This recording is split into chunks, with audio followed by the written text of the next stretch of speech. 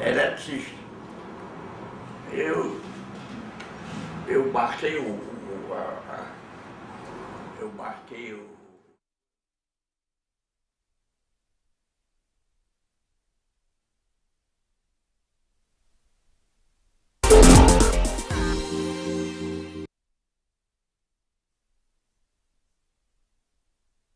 Neste momento, daremos início à audiência pública para discutir o consumo consciente, em razão do dia 15 de outubro, Dia Nacional do Consumo Consciente, conforme requerimento número 0247/2015. Para presidir esta audiência pública, convidamos o vereador Deodato Ramalho ao requerimento.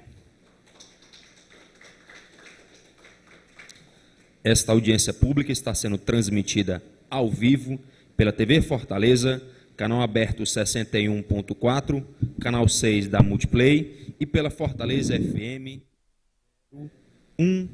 106.1. Com a palavra, o vereador Deodato Ramalho. Muito bom dia a todos os presentes a essa audiência pública. Bom dia, telespectadores da TV Fortaleza. Estamos dando início à nossa audiência pública, portanto, declarando aberta esta audiência pública para discutir o consumo consciente em razão do dia 15 de outubro, data de hoje, Dia Nacional do Consumo Consciente, conforme requerimento de minha autoria, número 0247 de 2015. Declarada aberta esta audiência pública, eu convido a compor aqui na mesa o nosso professor convidado, doutor Fábio Sobral, professor da UFC, integrante do corpo docente do curso de Economia, Ecologia e professor do mestrado em Desenvolvimento e Meio Ambiente, Prodema. Por favor, doutor Fábio Sobral, a quem já manifesto os nossos agradecimentos pela sua presença, que sem dúvida nenhuma enriquecerá muito aqui esse nosso debate, esse nosso encontro, para não apenas comemorar, mas para despertar na consciência do fortalezense e daqueles que nos acompanham pela TV Fortaleza, sobre a importância do consumo consciente. Convido também para compor a mesa com muita alegria, meu querido amigo, meu companheiro, meu camarada Adalberto Alencar, presidente da Fundação CEPEMA, Centro de Educação Popular em Defesa do Meio Ambiente, que foi nosso braço direito, braço esquerdo, a cabeça, né, quando fui secretário do Meio Ambiente e Controle Urbano de Fortaleza, e que depois fui sucedido por ele para comandar ali aquela importante secretaria, período em que nós tivemos a felicidade de introduzir vários debates nessa cidade, né, várias discussões, inclusive esta relacionada ao consumo consciente. Chamo também para compor aqui a mesa, e já também agradecendo a presença, a doutora Thelma Maria Araripe, que é delegada da Polícia Civil. Não se colocou aqui qual é a delegacia, mas queria convidá-la à mesa e agradecer pela presença. Eu gostaria de, inicialmente, antes de passar aqui a palavra para os nossos integrantes da mesa, particularmente o doutor Fábio e o Adalberto, que vão fazer uma exposição, né, detalhada sobre essa temática do consumo consciente, dizer da importância de estarmos debatendo esse assunto, né, da relevância que é nós estarmos estimulando a sociedade a fazer uma reflexão sobre a questão do consumo. Já dizendo que, como hoje é o Dia Nacional do Consumo Consciente, né, que a gente possa estar, inclusive estamos aguardando aí um grupo de alunos de uma escola municipal, mas houve um problema aí de transporte, de atraso aí no transporte, mas estarão chegando e irão, portanto, ter a oportunidade de acompanhar essa audiência e até, eventualmente, se quiserem, participar dos debates. Né? Nós tivemos a preocupação de fazer essa audiência pública, não apenas por uma questão da data, da comemoração, mas eu acho que quanto mais nós pudermos estar no nosso cotidiano, discutindo essa questão do consumo, numa perspectiva de educação ambiental, porque essa questão do consumo é umbilicalmente ligado à questão ambiental, à ideia de sustentabilidade. Por isso, nós estamos aproveitando né, este momento do Dia Nacional do Consumo Consciente. E o que seria, na verdade, o consumo consciente? Seria, por acaso, algum de nós, inclusive os professores que aqui estão, eventualmente estariam condenando o consumo, que nós não devemos, que a sociedade não deve consumir? Não, não se trata disso. Eu acho que a questão fundamental é nós compreendermos que o consumo ele tem que estar ligado necessariamente à satisfação de necessidades. Então nós, principalmente na sociedade ocidental, no mundo capitalista, é que de fato estamos construindo uma sociedade do supérfluo, uma sociedade do desperdício. E na medida em que nós não nos preocupemos com isso, não coloquemos na pauta da sociedade essa extrema necessidade de nos reposicionarmos em relação a essa questão do consumo, nós estamos trabalhando com a perspectiva de estrangulamento da própria natureza, porque tudo que nós consumimos vem da natureza. Então, todo o processo construtivo altera a natureza. Então, evidentemente que o que nós compreendemos como consumo consciente, não é exatamente nós termos a compreensão, termos o entendimento de satisfazermos as nossas necessidades, sem avançarmos, né, no desperdício e sem avançarmos no exagero que é próprio da nossa sociedade. Estava dizendo nesse instante, por exemplo, na área de eletrônicos, né? Na medida em que surge, por exemplo, não vou nem dizer nome, mas o equipamento, porque agora é numerado, é o iPhone 1, o 2, o 3, o 4, o 5, até uns 15 dias atrás era o 5, que era o top de linha, né? E isso está tão impregnado, né, na mente de todos nós, que vai da criança ao mais velho, né? Até um dia desse, o meu filho de 12 anos, era uma luta, era uma cobrança para ter o iPhone 5. Aí, de repente, chega o iPhone 6. Aí, esse iPhone 5 já passa a ser considerado como sucata, né? Já passa a ser, não, isso aí já está fora de moda. Né? E assim, estou falando de eletrônicos, mas assim também no nosso cotidiano, na alimentação, né? No desperdício que nós temos, por exemplo, na alimentação, né? Na falta do reuso, né? de vários equipamentos, de vários materiais. Enfim, eu não quero, vou deixar aqui para o Dr. Fábio e para o Adalberto, para aprofundar o tema, mas dizer que esse é o objetivo da audiência pública. E a audiência pública ela tem esse caráter, né, dentro do parlamento, de o momento em que a população, o momento em que o cidadão tem a oportunidade de vir à Câmara Municipal, participar, colocar sua opinião. Quer dizer, na verdade é o momento em que o cidadão tem a palavra, porque no cotidiano da Câmara, quem fala são os vereadores, no plenário da Câmara só é exclusivo dos vereadores, salvo os dias em que nós temos a tribuna livre, que dada a oportunidade a algum segmento da sociedade de colocar as suas reivindicações, as suas demandas e as suas propostas. Portanto, sem mais delongas, né, agradecendo a presença dos que estão aqui, né, e cumprimentando novamente aos nossos telespectadores que acompanham essa audiência pública, e chamar a todos para esse momento de reflexão sobre o consumo consciente.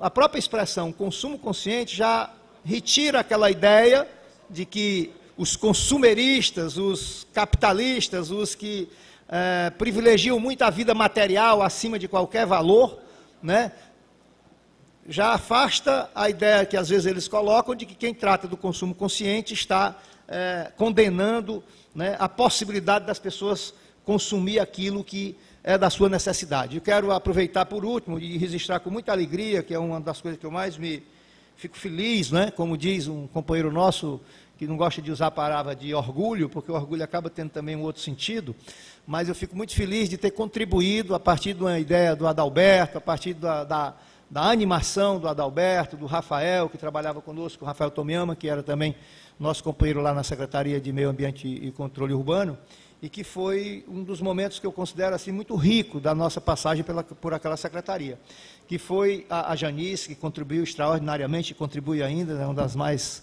hoje eu diria que está substituindo o Adalberto no mandato do ponto de vista do braço direito, do braço esquerdo, etc. E que foi a ideia de levarmos uma discussão na Universidade Federal do Ceará, com o nosso reitor da época, o doutor Gesualdo, que agora está no Ministério da Educação, né?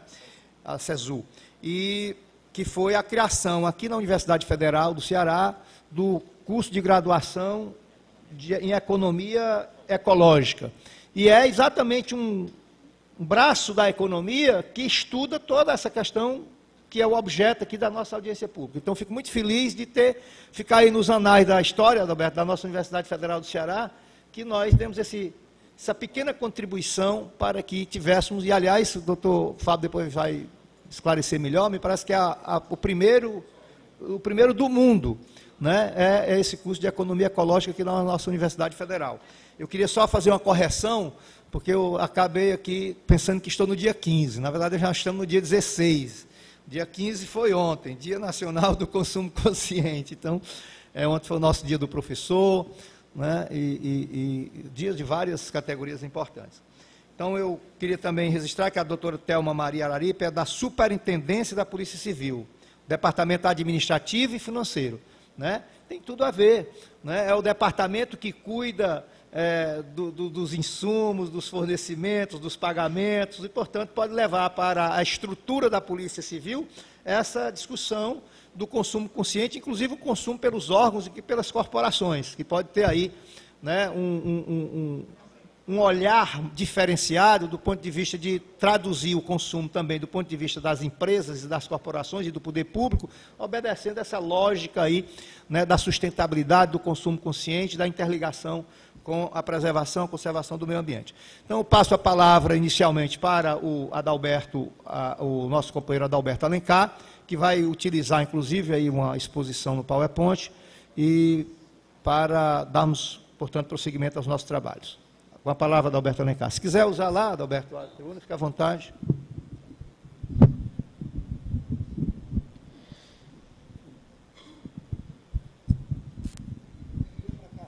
Fica melhor aí.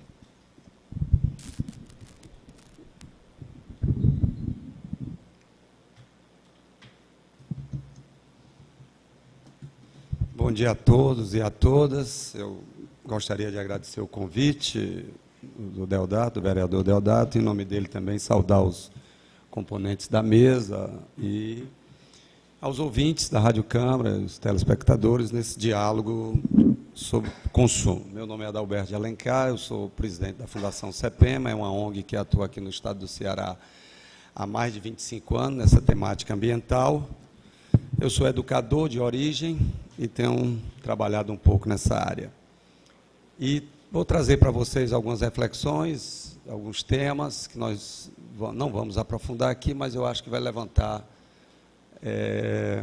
questões, perguntas e reflexões.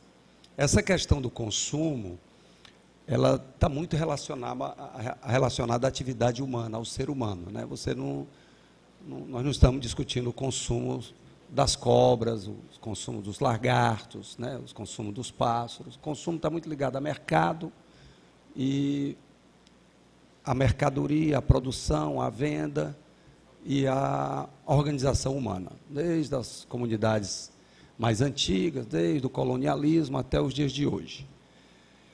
Mas essa questão do consumo, ela é muito interessante porque ela tem se atualizado nos últimos anos na sociedade moderna de várias formas. Você tem aí os órgãos de defesa dos consumidores, tá certo?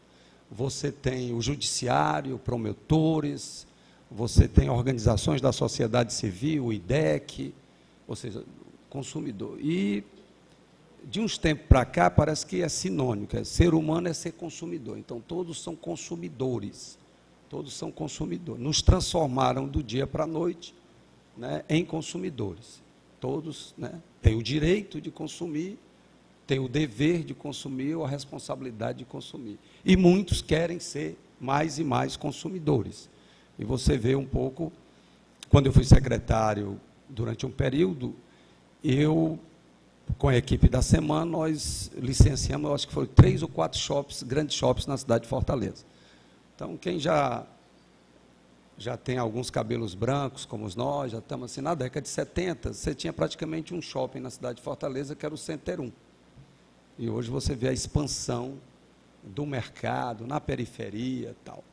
Mas eu queria, antes disso, eu fui para uma palestra no Uruguai muitos anos atrás, antes da Eco 92, e me foi feita uma pergunta sobre essa questão ambiental do Nordeste. O que era ser ambientalista no Nordeste, né? Uma região muito pobre ainda, mas em 1980 ainda era mais pobre.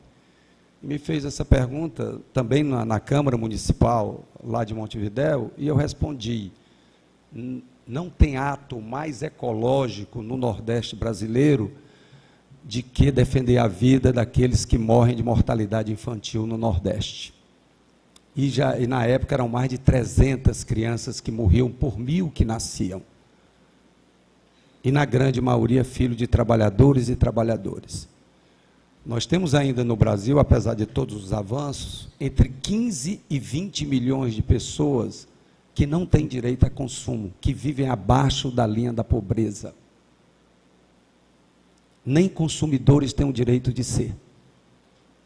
Nós temos ainda milhares de crianças que morrem nesse país de mortalidade infantil, para não falar da mortalidade materna, de milhares de mulheres que morrem no parto, e a sua grande maioria filhas e filhos de trabalhadores. Então, quando você vai discutir consumo, é muito difícil você não discutir a igualdade ou a desigualdade do consumo, né? Nós temos 50% da população de Fortaleza que não tem direito a receber uma água tratada, que não tem um saneamento básico na sua casa. E quem está nos ouvindo aqui no Bom Jardim, na Barra do Ceará, na Vila Velha, no Parque de Andrade, por onde você andar no Conjunto Palmeiras, no São Cristóvão, na Palpina, para onde você andar, nós temos boa parte da nossa população que chega a fazer a ligação da sua água, quando tem, ilegal, para poder ter o direito de consumir uma água tratada. Então, na discussão do Dia Nacional do Consumo, nós temos que dar um pouco mais de complexidade, atualizar um pouco essas questões. Porque senão nós vamos discutir o que também é verdade, de uma população de 200 milhões de habitantes, nós já temos cerca de 180 milhões de pessoas que estão inseridas nesse processo do consumo. Mas hoje, em algum lugar do Nordeste, em algum lugar do Ceará, está morrendo uma criança de subnutrição, estão morrendo várias crianças de subnutrição, de fome. E a fome é a falta de acesso àquela energia fundamental para a retroalimentação da nossa vida. Agora, recentemente, saiu o Prêmio Nobel de Economia, um escocês, e ele pesquisou durante boa parte da vida a relação entre saúde e desenvolvimento econômico. E a importância da saúde pública para o desenvolvimento econômico. E ele começa o livro dele dizendo como os parentes, há 2 séculos atrás, na Inglaterra, na Grã-Bretanha, os seus bisavós deles escaparam da morte. E alguns primos que ele tinha não sobreviveram. E ele sobreviveu. E como ele sobreviveu, ele pôde ter filhos. E como ele sobreviveu, ele pôde ter netos. E como ele sobreviveu, ele pôde ter bisnetos. Então, como a morte de algumas pessoas tem efeito em gerações que não terão o direito de viver, né? Sobre saúde e acesso ao consumo, né? Eu vou contar rapidamente aqui um caso de um secretário nosso, na época da gestão da prefeita de Fortaleza, Luziane Lins, que ele chegou em casa e a mãe tinha voltado do médico e estava com problema de hipertensão. E ela triste, quase chorando, perguntou: não, por que é que foi? Ele disse: não, porque eu vou ter que tomar esse remédio de pressão alta agora, todo dia para o resto da vida. Mas qual o problema? A senhora vai tomar e vai ficar boa. Mas o médico disse: só isso não resolve, eu vou ter que caminhar todos os dias. E ele disse: qual é o problema? A senhora caminha. Ele disse: aonde eu vou caminhar aqui no Jardim Iracema? Nem calçada tem direito. ele era secretário da prefeitura. E ele se deu conta, dizendo para mim, como aquilo impactou. Acesso às áreas verdes, acesso à energia elétrica, acesso à água limpa, acesso a uma praça pública, para poder consumir relações sociais, para poder consumir áreas verdes. Isso é negado a boa parte do nosso povo. E isso não é um problema só do Brasil. Esse mundo econômico, esse processo de globalização, do qual a mercadoria gira, o capitalismo, ele tem dois movimentos. Um movimento que possibilita a inclusão, são milhões de pessoas que trabalham, ele precisa que milhões de pessoas sejam consumidores, shopping Parangaba, shopping na Barra do Ceará, shopping na Francisco Sá, então ele inclui uma boa parte da população, e a outra parte ele deixa excluído. E essa parte que está excluída do consumo, e às vezes, como eu falei, sem direito à própria vida, ela tem que ser lembrada nesse momento. Porque se tem que termos uma política pública em relação ao consumo, é para salvar vidas que ainda morrem no Brasil por falta de alimentação, por falta de saúde pública. Aí eu tenho uma apresentaçãozinha para passar, rapidinho.